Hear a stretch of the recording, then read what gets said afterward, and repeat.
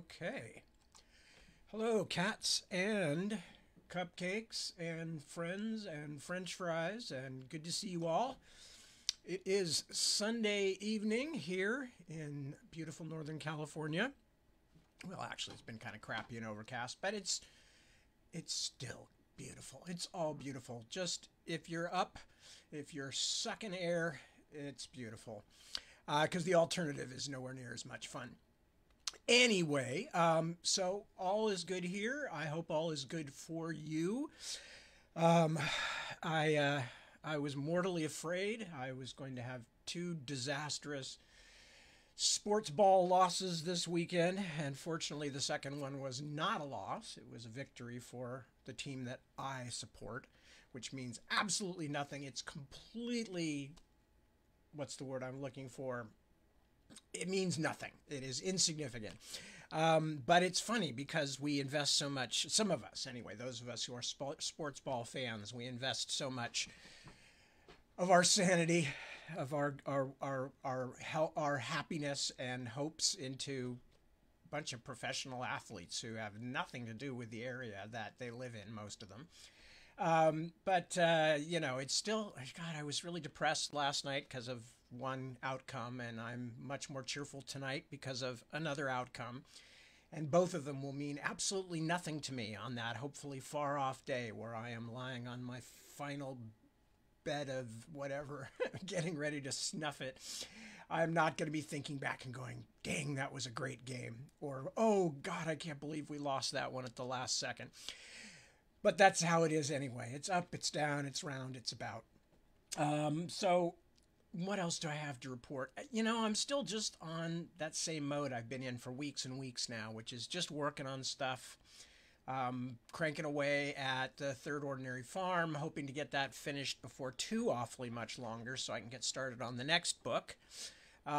Still, of course, waiting on publication of the Navigator's Children, which, as most of you know, was originally scheduled for this year in November, and for reasons having very little to do with the book itself, got pushed back into next year. So as soon as I have some more information on that, I will let you know exactly what's going on.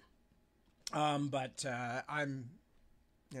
was ready for people to see it. I had just put in a good 2-3 years on it because of COVID and other problems and things that slowed it down. And, so then getting it finally finished, or, finished to the extent that it is when I officially hand it over for copy editing and things like that, I was ready.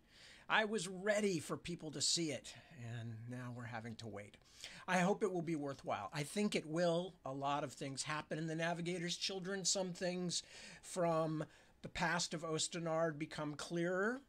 All of the mysteries introduced in this first book that we're reading now, or that I'm reading, and those of you out there kind enough to attend are listening to. But even some mysteries from way back when, from the initial books, back written in the late 80s and early 90s, which for many fans seems like another lifetime. Had a very nice article written about that series, The Dragonbone Chair et al., in Forbes magazine, of all places. Now, why one of the poorer fantasy writers got written up in Forbes, I'm not sure. I guess it was just the kindness and the enthusiasm of the person who wrote the article. But of course, it was very pleasing to see. Most of the articles about my books are all about, like, you've never heard of this book, but you should read it. And, those are, while on the one hand, I'm extremely happy anytime somebody has nice things to say about my work. Don't ever get me wrong on that. I mean, I am always happy about that. But there is a part of me that feels like, how come every single article talks about me like I'm 40 years dead and, have to be discovered anew? I've been writing all that time. I feel like I've written some pretty darn good books during that time. But there does seem to be, maybe it's the more narrow-casted publishing of these days. Perhaps it's the idea that if you are not a multi-million seller with every book worldwide, that you're essentially B-list, D-list, C-list, I don't know, whatever list it is. But it is interesting. It is interesting, and it is something that makes me yeah, I just wince a little bit. Again, I feel like I'm writing the best stuff I've ever written. Probably all old has-been writers feel that way, though. But I do. And while I am extremely glad to see somebody notice, I'm also, I want people to see what I wrote since those as well, and to, realize that I don't think I've ever stood still. So, anyway, that begins to sound a bit like self-pity, and I dislike self-pity. So I will veer off from that topic. But the problem is that's like one of the few exciting things that happened this week, and there's not much otherwise to talk about. We're still in the mode, as I described last night.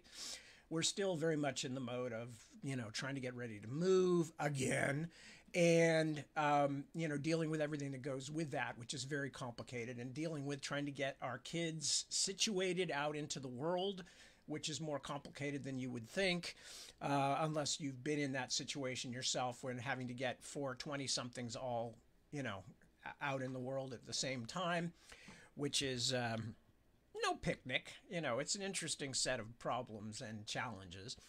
But beyond that, what is there to talk about? I mean, that's what I do. I write, I think about writing, I dad, if you can turn that into a verb, I dad. And there's been a lot of dadding going on, as there's been a lot of momming going on as well for Deborah. So, not meaning to make that sound like I am shouldering the burden by myself. Oh no, oh no. As a matter of fact, it's one of the reasons that while I never would tell anybody how to live their lives, but there's a huge advantage to going through life if you can with a partner, because the modern world is just so full of stuff where you almost have to apply yourself to it full time and learn all the ins and outs of it.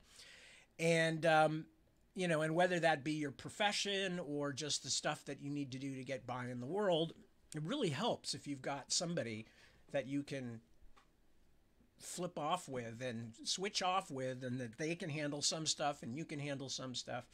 So I'm a big believer in not marriage per se, but partnership of any kind, because it doesn't really matter if you find a like-minded person you can get along with, even if you're just roommates. It really helps. Believe me, it does. And I am constantly grateful for not having to make this journey through life on my own. Again, not to sound a note of self-pity, I realize I have friends, I have readers, I have a large gray area of people who cross over between those two categories as well, for which I am also very grateful, because I have always wanted to keep the lines open. I don't like this idea of, and maybe that's because, unlike some of the other people, I haven't achieved that stratospheric level of success that forces you to go into some kind of, have security guards and, closed circuit cameras around your house and stuff. I've quoted this before, but I'll say it again. One of my all-time favorite cartoons. There was a Bernard Cliban, Kliban, who is most famous for the cats that he did back in the 70s and 80s. He did a bunch of cat calendars and cat cartoons and stuff, and they're very funny. They're wonderful. They're just these big, lumpy, self-satisfied cats that he was the master of drawing. But before that, he was also a surrealist cartoonist, and one of the very best. And he sort of preceded, say, Gary Larson, The Far Side, and a lot of stuff like that, in terms of bringing weirdness to mainstream cartooning. But he also clearly had his moments of wondering, sort of like I was just wondering, like, how come hardly anybody knows who I am? And one of his cartoons that I loved was of this like weird looking little guy walking down the street with two huge bodyguards on either side of him, shoving people off the sidewalk, just like throwing them to the side from in front of this little puny guy. And the bodyguards, the caption is, the bodyguards are going, "Get out of the way, get out of the way, a cartoonist is coming." And just the self-mocking nature of that just always slayed me. It was so much like, sitting around in the middle of the night going, why doesn't anybody love me as much as I love me? And that kind of wish fulfillment thing. If you can find, and it's the kind of thing that I don't know if his books are still in print, but go find something like Never Eat Anything Bigger Than Your Head, which is the title of one of his collections. Because Clyban was really, really a amazingly funny, strange mind, and his cartooning was brilliant. This is all in the past tense because he died some years ago. And except for the cats, which I think did well for him, thank you, which I'm very glad for, in the same way that I'm glad that Philip K. Dick finally had some success in his career near the end, where people were starting to make movies loosely based on his films, on his books, rather. I'm very glad that Clyban had success with the cats because, God knows he deserved it. He was always less known than he deserved to be. Anyway, so I don't know how I got off into that. I think it was self-pity, yeah. But anything else I need to talk about? No, everybody's fine. The dogs are fine. Deb's doing as well as she can under the circumstances, and the circumstances are that she is wrestling with a huge amount of really boring stuff that nevertheless has to be dealt with, like taxes and Social Security and just crap and more crap. Plus all the other projects we're doing that she's kind of handling all the financial ends for. So given that those are the circumstances, she's doing very well and keeping her temper very impressively, and her good humor as well. I am pleased and proud to say. And the young people are dipping a toe carefully in the real world and then pulling it back and going, oh God, that water is cold. And Deb and I are saying, yeah, but you can't swim if you won't get in the water. And if you can't swim, you aren't going to find a life for yourself. So, and thirdly, and most shockingly, you're not going to be living with us into your 30s. So it's time to just jump in and see what happens. And don't worry, we won't let you drown, but it is time to jump in.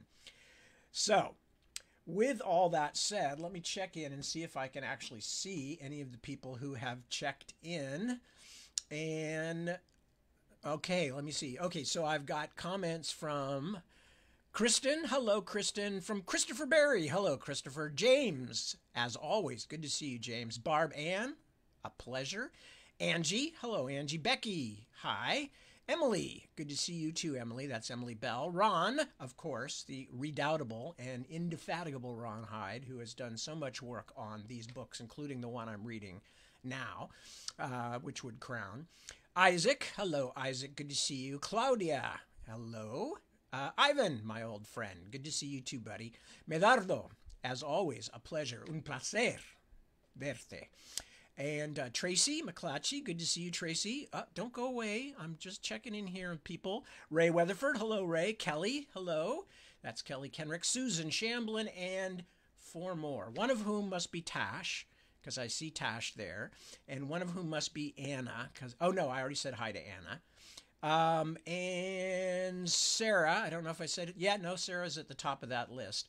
So I don't know who the other 4 are, and I apologize deeply for not being able to tell you. But as I think I mentioned last night, and this won't come as a surprise to nobody, Facebook hates me.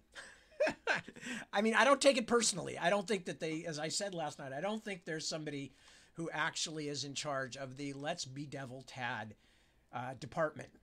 Although I could be wrong. There could, in fact, be such a thing. Certainly my troubles with trying to simply be able to do a live broadcast and read my comments at the same time would indicate that. Before I went to doing it completely through, or mostly through Facebook, I could still read the comments. So there's got to be some other way I can do it. And I'm sure there are other arrangements to make that would work better. And I have talked to Chris Fab, who puts these on YouTube, and thank you again for that, Chris. And by the way, those of you who do go to catch up with things, like if you go to listen to the night that you weren't listening or something like that, please leave likes and subscribe and stuff for Chris's sake, just so he knows that people are grateful that he's been doing that, because it's a weight off of me, so I can spend more time writing, and it keeps these things available for people. And we will never be one of those high volume YouTube channels. That's not the point at all. The point is to let Chris know that his contribution is valued, and it is.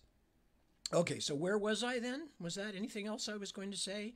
No, not that I can think of. I don't think I had anything really useful to add there, but just saying that. And no, I was saying something about last night. Doesn't matter. So we are reading the Witchwood Crown, in case you were not aware. Those of you who might be just brushing by here and having a look and going, what is this they're doing here? Is this a cult? Are all of these people planning to leave with the next comet or something? No, no, no. I'm just reading one of my books. And we're reading the Witchwood Crown, of course. And the Witchwood Crown, again, most of you already know this, of course, is the return, or the official return, to the Ostenard universe, although it was actually slightly preceded by the Heart of What Was Lost, which is a connector book between the end of that first trilogy 30 years ago and the new one, which coincidentally is not only happened like 30 years or close to 30 years after the first one, but is also about the same characters, or at least some of them, 30 years after the end of the last book. So you see what I did there? God damn it, I'm clever as heck. No, I'm not actually, but that was what got me started thinking about this project in the first place, as many of you know, was my challenge from Deb as to why I couldn't write another Ostenard book, and me saying, you don't understand, I don't have a story. I have to have a story. I have to have an entree into the world that I want to write about. And then the story begins to take care of itself. But I can't just make a story out of nothing. That's franchising. You know, that's just saying, oh, I had a successful series. You know, I should go back to that and crank out another one. So I had to find a way to make it different, that would get me intrigued, that would, not surprisingly, that would bring elements of my life or my changes in my life into it. So, you know, because since I wrote the last pages of To Green Angel Tower, my life has changed in many ways. I am married to a different woman. We had children. I lived for a while in England. We came back. I have written other kinds of books, including the Otherland series, which is a big science fiction series, and the Shadow March books, which is a big fantasy series that has nothing to do with Ostenard whatsoever, and other shorter works of which I am also proud, I hasten to say, like War of the Flowers or the Bobby Dollar books. So I wanted to incorporate that kind of stuff, you know, that the way the world changes and the way the world changes you as an individual into the new books. And that very much was the jumping off point for the Witchwood Crown. One of the things I will mention here, then I'm going to start reading. One of the things that I wanted to incorporate is I wanted to move the Norns, because the first set of books, the Dragonbone Chair et al., was deliberately meant as, in part, only in part, but in part as a commentary on Tolkien and the post-Tolkien fantasy landscape. And someday I'll do a whole thing and put this all down in one place, because I've mentioned it many times and in lots of interviews and things like that. But I wanted to comment on not so much Tolkien himself, although yes, there are elements where I'm commenting on that and the differences between my worldview and the worldview of Professor Tolkien. But more so, even more than that, I wanted to comment on the fact that so many writers in the post-Tolkien years, in the 15 or 20 years after the peak of Tolkien's success, so many writers seem to be taking things that he chose out of mythology and folklore and history, and he chose explicitly because they help to go with the worldview that he was working with. And then a lot of the writers just kind of copied those as though, you know, that was the way it had to be. It's as if every mystery, every detective novel written since Arthur Conan Doyle had to have a weird, slightly semi-autistic, you know, detective who smoked a pipe and played the violin and shot cocaine like Sherlock Holmes, you know, and they all had to be like that. And that's how it felt to me sometimes reading numerous Tolkien pastiches and stuff. So as a great lover of Tolkien, I wanted to both comment on the stuff that I saw being done kind of mindlessly, I thought, in imitation of him, but also to comment on some of the differences between the world that I lived in and the world that Tolkien lived in. And I'm not just talking about the physical world or the time in which he lived, but I'm also talking about the whole world view that Tolkien had, which is not surprisingly, very different from mine. So that was all the stuff that was going on when I wrote those books. So back to the initial point. When I started the Witchwood Crown books, or in reality, when I started the Heart of What Was Lost, I said one thing that I did in the first books was I kept the Norns very far away. So we never got to know them as people because I wanted them as elements of fear. But I also, that's one of the reasons why I gave the sort of lead villain in the first book from his point of view and the point of view of his people, the Norns, a kind of quasi-heroic stance. You know, he really thinks, like most monsters do, that they are doing the right thing. And yes, it's difficult. Yes, it's controversial, but, you know, this has to be done. And usually, you know, that it results in disaster and horror. But because I had kept them at arm's length so that they would be more frightening in the first set of books, I said, one of the things I can do here is we live in a much more relativistic world than, you know, what was going on in the Second World War and the First World War even. And I wanted to talk about that. And one of the ways to talk about that is to show not just the, quote, good guys, and that's very definitely in quotes, but the, again, quote, bad guys, and show who they are and how they feel about themselves and what they're doing. So, in other words, I wanted to do something not unlike the, I've forgotten the names of the guys who do it. It's a British comedy duo, but the ones who did the, you know, have the Nazi SS guys or Gestapo or something, and they're like talking about this, that, and the other thing, and then one of them suddenly goes, wait a minute, are we the bad guys?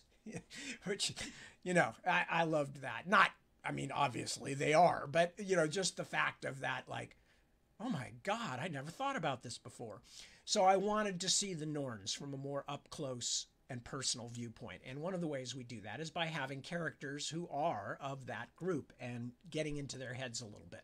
So all this as a preface to what I'm going to read tonight, which is more of the scenes or the chapter of Nezeru, who is half Norn and is essentially a military kid. You know, she's been raised in the Order of Sacrifice, which is the Norn's military arm.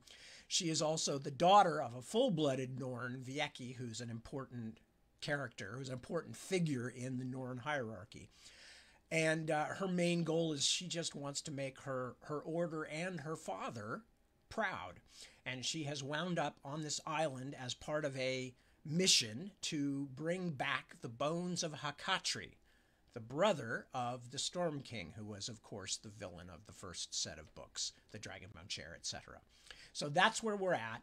They have just found the bones, and when informed that they were going to be taking these bones back, the mortals, the islanders, freaked out and attacked them. And in the course of killing off all these priests, who are the people who minded the sacred shrine of the bones, a few of them have gotten away. And Nezeru is one of the Norn soldiers who has been sent to stop them from getting down to the bottom of the mountain where the village is and rousing all of the villagers down there, because of course they vastly outnumber the Norns. There's only 5 Norns altogether. So anyway, that's where we're at, and I am now going to start reading. Only a few of the fleeing priests were still visible on the side of the hilltop Keme had already chosen as his field of fire, so Nezeru left them to him and headed for the others. She no longer had a bow of her own, just her sword and knife, but that only meant she would have to outrun them, something that should not be difficult for one of the Queen's death-sung sacrifices. Following them would be even easier. The scent of the escaping mortals hung in the air, animal clouds of terror and exertion. She sprinted swiftly down the slope, her feet barely touching earth, and ran down the first fleeing priest within 100 paces. He was mature and larger than Nezeru, but nowhere near as fit as a queen's talon. When he stopped to gasp for breath, he saw her coming, grimaced in resignation, and snatched up a large deadfall branch. From the way he held it, he was no stranger to a fight, and the last thing Nezeru wanted was to waste time trading blows with him. because she could smell another mortal farther down the hill. A long struggle with this one might allow time for the other to get to the village and tell his people what had happened. "Blood of the garden guide my arm," she prayed quietly, balancing her dagger. Then, before she was close enough for the big priest to swing his makeshift club, she let it fly. The priest dropped the branch and sank to his knees, clawing at the knife that now stood in his throat. By the time she had taken 3 more steps, he was on his face, barely squirming, his blood matting the grassy earth. Nezeru put her foot on his head and shoved it to one side, freeing a last rattling gasp from his torn throat. Then she retrieved her knife and hurried down the mountainside after her other quarry. The scent of the next mortal's terror was strong, but his sweat smelled curiously sweet. It also took a longer time than she had expected before she could finally hear him crashing through the undergrowth a few dozen yards below her. The fugitive was moving with surprising speed, which gave her a moment of worry. No mortal priest could have been trained and strengthened in all the ways Nezeru had been during her years in the Order of Sacrifice. So how could this one pass through the tangled brush and close-standing trees so easily? Then, as she emerged into the open and could look out over the expanse of mountainside below her, she finally saw her quarry's shaved head glinting in the sunshine like a raindrop on a leaf. It was a child, one of the young acolytes. Nezeru knew little of mortals, but thought this one could have not been much past the age when boys first left their mothers to follow their fathers into the field or forest. A moment later, the boy vanished behind trees once more, bounding down the sloping hillside. Nezeru sped her pace, but could see that he was far enough ahead that if she did not reach a clear spot quickly where she could take him down, he would be in shouting distance of the village before she could stop him. She hurried toward the next open view, risking several falls that would have ended the pursuit entirely, but at last reached a place that overlooked a large part of the slope beneath her. She held a knife behind her ear, waiting for the boy to appear, watching a gap as wide as a doorframe between 2 trees. Nezeru had been one of the best in her entire rank with a throwing knife, and these blades had been a gift from her father, a beautifully balanced pair of antique daggers forged by Tanukadaya craftsmen. Now all she had to do was wait. It did not take long. The child made enough noise as he hurried downward that she could almost have hit him with her eyes closed. When he appeared in the opening between the 2 trees, Nezeru let out a loud cry of triumph, calculated to freeze him for a sufficient instant. It did. At her shout, the boy stumbled and almost fell, turning a look of blind terror toward the hillside above him as he fought to regain his balance. He was indeed small, his legs still too short for adulthood, his shaved head too large. In the fractional instant he swayed there between the framing trunks, she could even see the curve of his childish belly and his eyes full of tears. Perfect. All she had to do was let her blade fly. But she did not throw it. A moment later, the little acolyte regained his footing and was gone again, racing down the path. She heard his footsteps grow fainter, even as his scent began to fade on the breeze. Nezeru was astonished at herself. She had failed. She had not even tried. Why had she let down her comrades and betrayed her queen? She didn't know, but something about the child, his small size, his realness, had shocked her in a way she had not foreseen. I've betrayed my people. That was all she could think. She could have killed the boy easily, ended the threat of his escape, but she had not done it. It was as though her own body had turned traitor without explanation. Nezeru could not understand what had happened. All she could do was climb back up the hill to join Mako and the others. She was a traitor and deserved death. That was the simple truth. But Nezeru did not want to die. "But if you saw his eyes, how could you fail your shot?" Mako was furious, as well he should have been. The 5 Talons were hurrying down the mountainside now, the mortal captain following them as best he could, although the sound of his cursing was already nearly too weak to hear. "I told you my knife struck a vine and went astray." Nezeru had never lied to her fellow sacrifices before.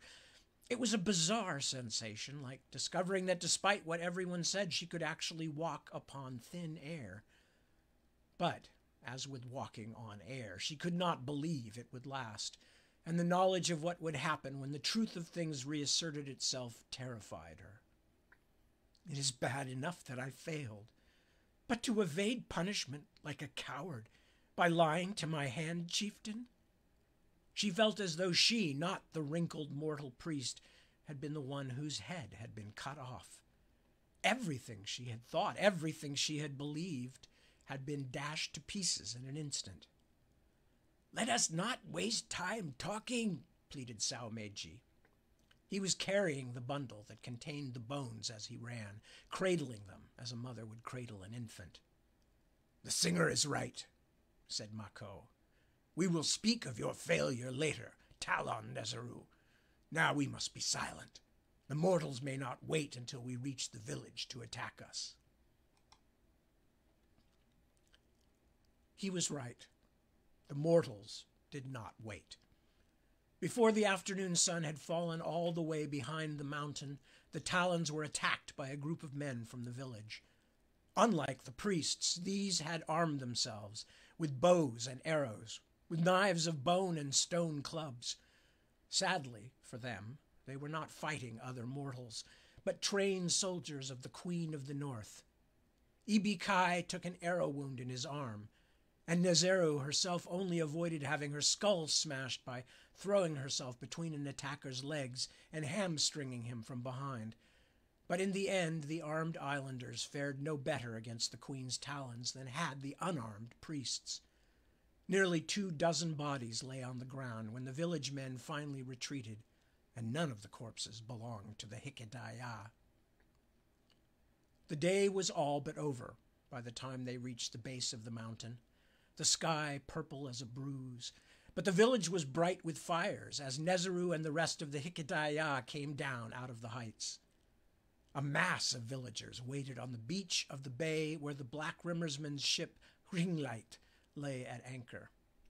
The sailors had seen what was happening and had rowed their shore boat beyond the range of the villagers' arrows and stones to wait.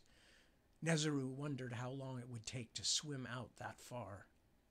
Then she had no time to think of anything, because the villagers fell upon them in a great crowd, most of them screaming with rage. It was nothing like the armed attack on the mountainside. There were women and even children among these desperate attackers, some barehanded, but others swinging heavy stones or digging tools. In the dim light, Nezeru even saw some of the women stabbing at her companions with bone sewing needles, the only weapons they had been able to find.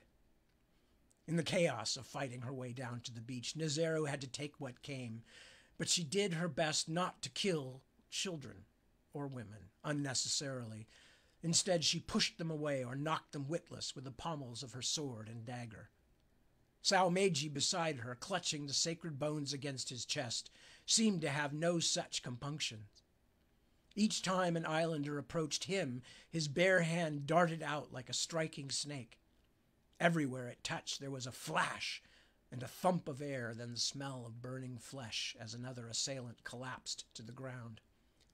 And veteran sacrifices, Mako and Keme, were like deadly whirlwinds, destroying everything that drew near them, turning living flesh into lifeless lumps so swiftly Nezeru could not always make out what they had done.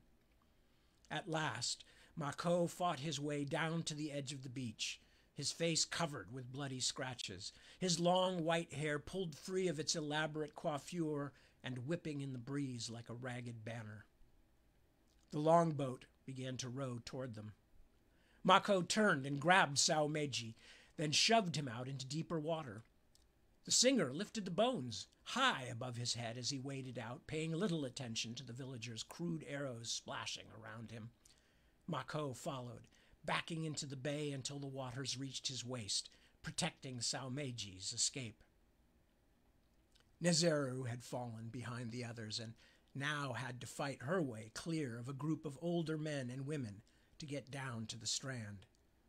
She batted their withered arms aside as if they were tree branches, swiping at her face. Keme was in the shallows ahead of her, still dropping bodies in a wide semicircle described by the length of his blade. The beach was strewn with corpses, many with black arrows jutting from throat or belly or back.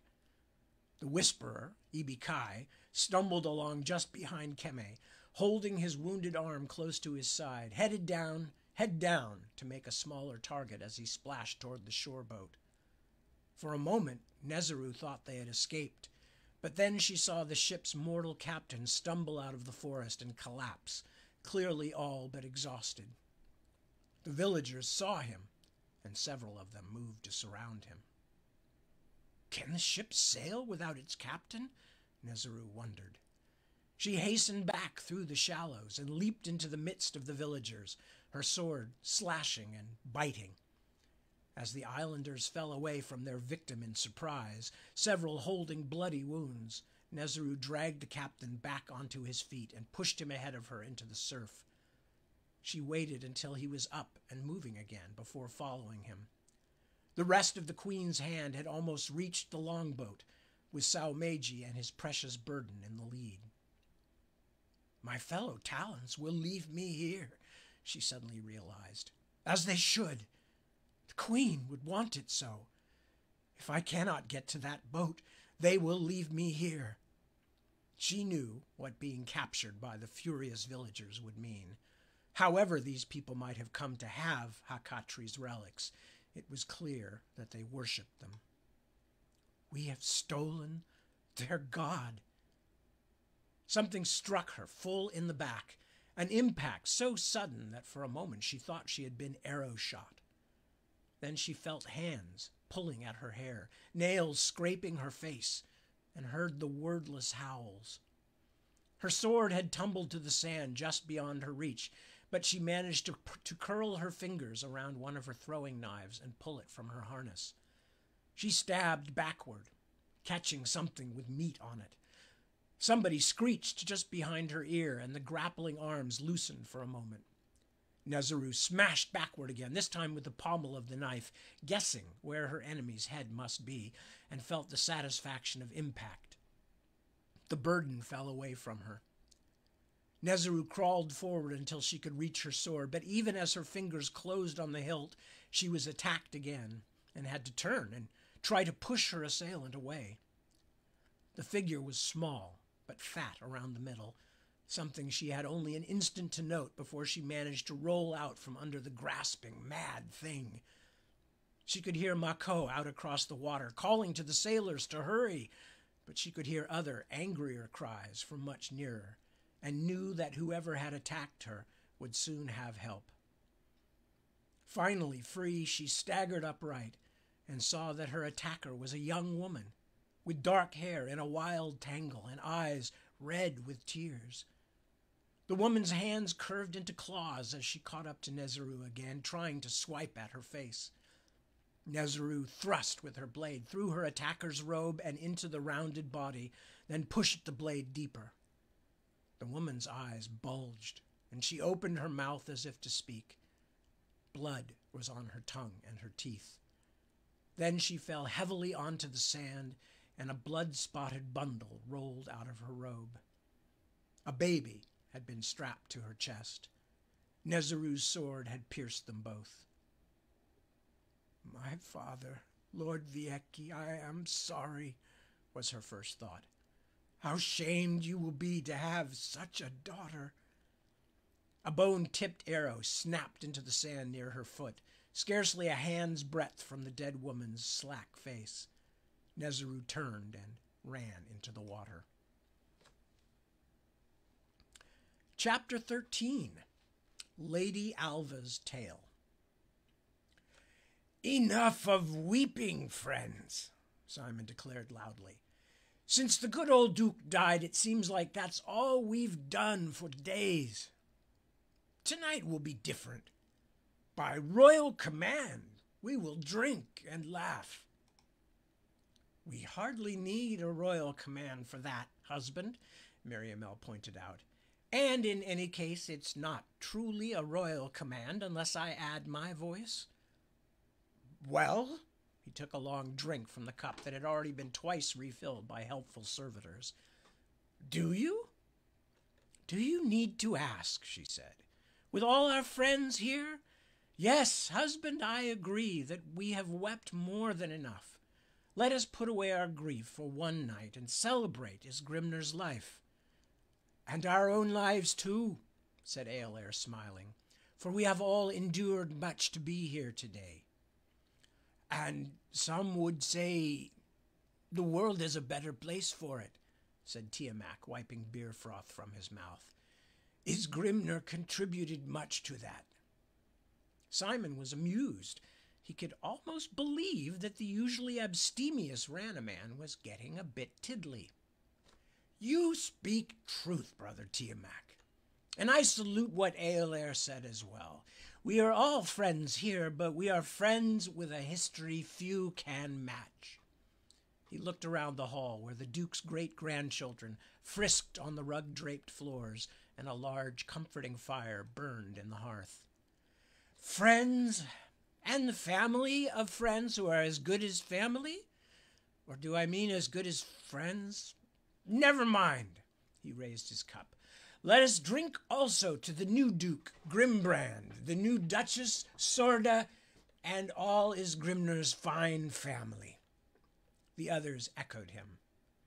Isgrimner's daughter, Signy, and her husband had brought a large array of children and grandchildren to the gathering, and Duke Grimbrand's son, Isfar, and his fair-haired wife had contributed 4 tow-headed boy-beasts, who seemed to do little except shout, run, and wrestle. 2 of Isvar's sisters and their husbands also had broods of their own. It was hard to tell exactly how many children were present, but it was not a small number. Look at all Isgrimner's grandchildren and great-grandchildren, thought Simon with a momentary pang. What a fine big family he and Gutrin made. He looked to Miriamel to see if she shared his mood, as she so often did, but his wife was on a bench by one of the fireplaces, talking to Siski and Duchess Sorda, and she looked happy enough. Just me, he thought as he drained his cup. Just me being a mooncalf. God bless old Isgrimner, he shouted, then waved for one of the servants to come fill his cup again. And with that, said Grimbrand, rising, I think it is time for my clan to head back to our chambers and leave our distinguished guests to their own conversations. You have much to discuss, I think, and even more to remember. He bowed to Miriamel, then beckoned to his wife. As the new Duke and Duchess and their large party of children and servants went out, they paused to greet an older couple in the doorway. Sludig! Simon stood up so quickly he nearly knocked the pitcher from the serving boy's hand.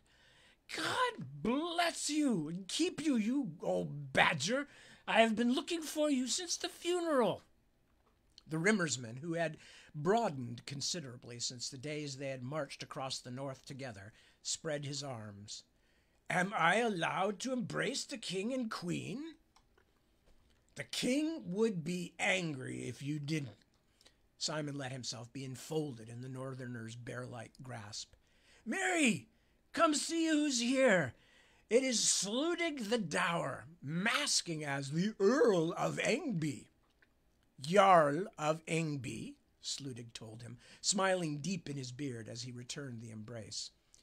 His whiskers were still mostly yellow, despite all his years, but he had truly grown a bit wider than when the king had seen him last. We also say Thane here instead of Baron. We have not been entirely enslaved by your majesty's over-civilized southern ways. Ha! Said Sludig's wife. My husband has largely given up beer for Perdruni's wine, brought north to us at great expense, so do not pay too much heed to his bragging about northern pride. Thank you for telling me, Simon said, and welcome, Lady Engby. Simon had met Sludig's wife for only a few moments at Isgrimner's funeral, but had liked her instantly. She was younger than her husband, a tall, broad-shouldered woman with an open, friendly face and a swift wit. Alva, please, your majesty, or Lady Alva, if you must. My old man is right about one thing. We're not so civilized up here as some others. Lady Alva, it is so good to see you again, said Miri from her bench beside the fire. Come and have a proper talk with me while the men bellow drunken lies at each other. Are all those stories of the old days truly made up? Alva asked with false innocence. I suspected as much, you know. Dragons and fairies and deeds of heroism that only they witnessed. What nonsense these men like to talk. But her words were belied by a sudden seriousness that crossed her face like a shadow, and Simon did not miss the quick glance that traveled between husband and wife. If there was something bothering them, Sludig was not going to be the one to broach it. Can you credit that? He said, gratefully accepting a large flagon of beer from a servant. Treacherous woman! She is the one for dragons and fairies far more than me. She is practically a witch. Alva grew up in the superstitious north and has not an ounce of Adenite piety for all the time she spends in church. Oh, good, said Miriamel. Someone worth talking to, then.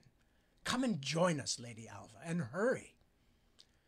Simon steered Sludig toward the men, who were occupying their own set of benches on the other side of the massive hearth. Now that the children and many of the servants had left with the Duke's family, the great hall had grown quieter and seemed larger, at least to Simon. But the north always makes me feel that way, he thought. Dark so early and so long, and the cold. And knowing that there are things out there in the darkness who do not love us, of course. Benedict leaped up with a glad cry and hurried towards Sludig to embrace him. Something that could have been comical because of their different sizes had it not tugged so strongly at Simon's heart. If we had managed nothing else, he said to the others as they watched this reunion, we would still be remembered for allowing a rimmersman and a troll to find a love to make the poets sing. He was rather pleased with this and repeated it loudly. Sludig gave him a sour look. Your Majesty still likes to make jokes. I will not apologize for what I feel for this little man. Benedict grinned. Or for what I feel for this large one. He called to his wife. Siski, Sludig is here.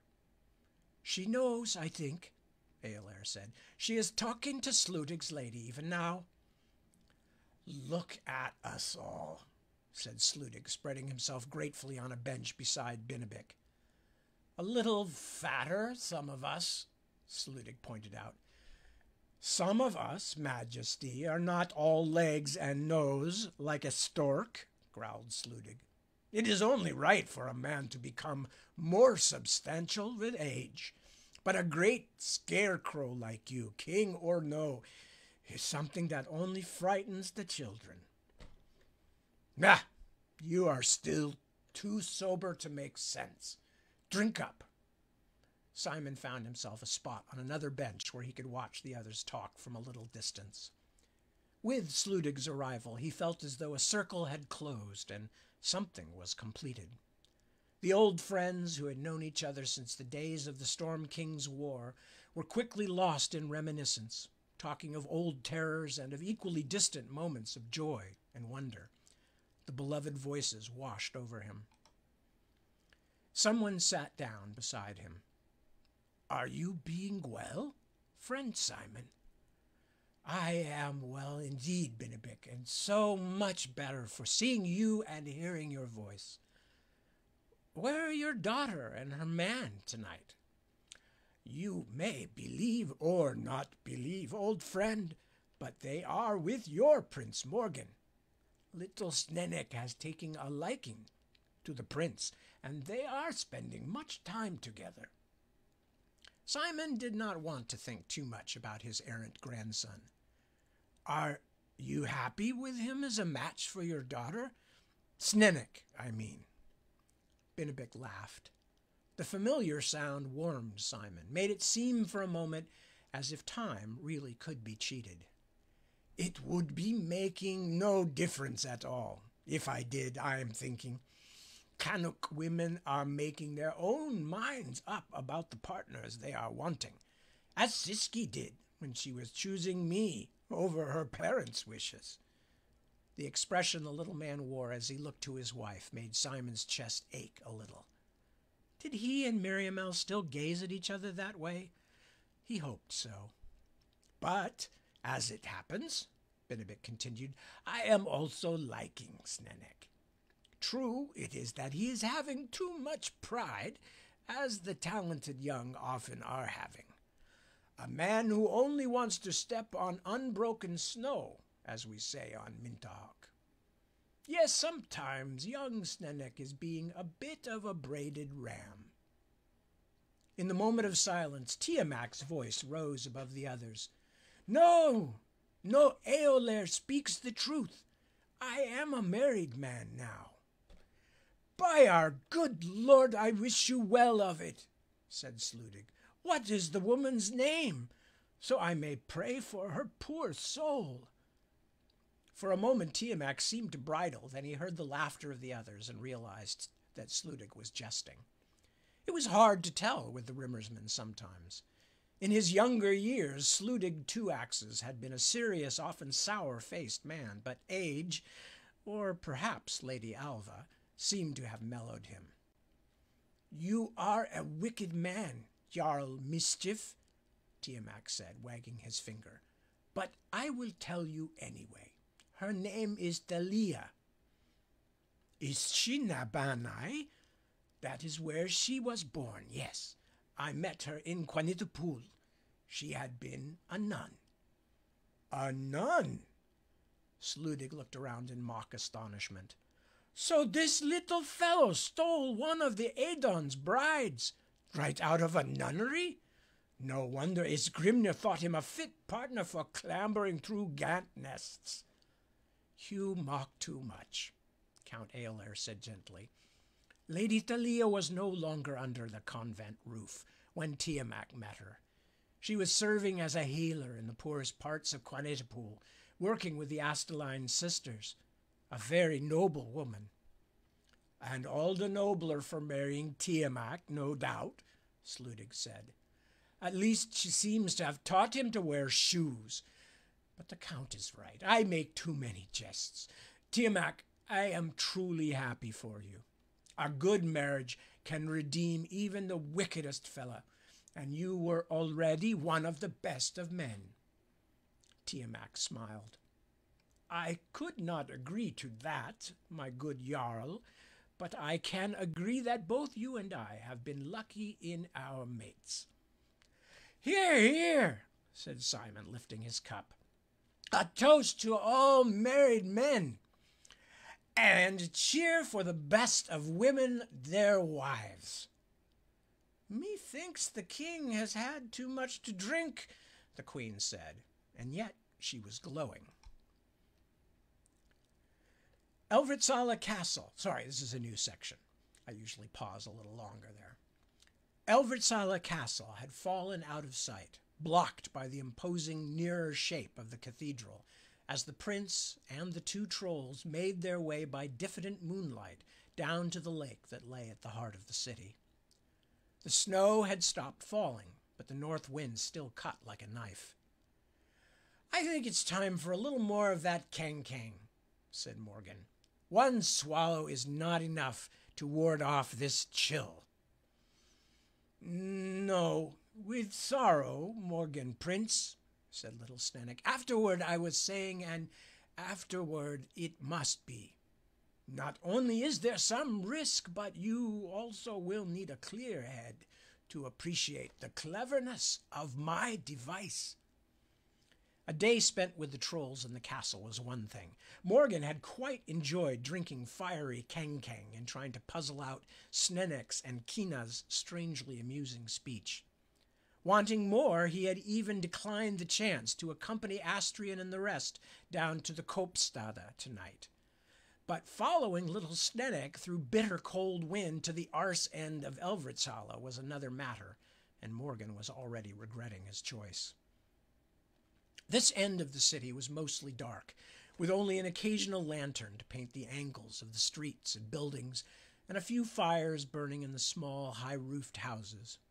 Morgan, who had spent most of his time in Elvritzala, evading the guards his grandparents arranged for him, suddenly began to wonder what might happen if he and the trolls were set upon by robbers in this dismal section of the city.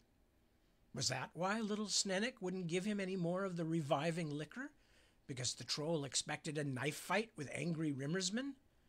The Northmen certainly didn't like little Snenik or his kind very much.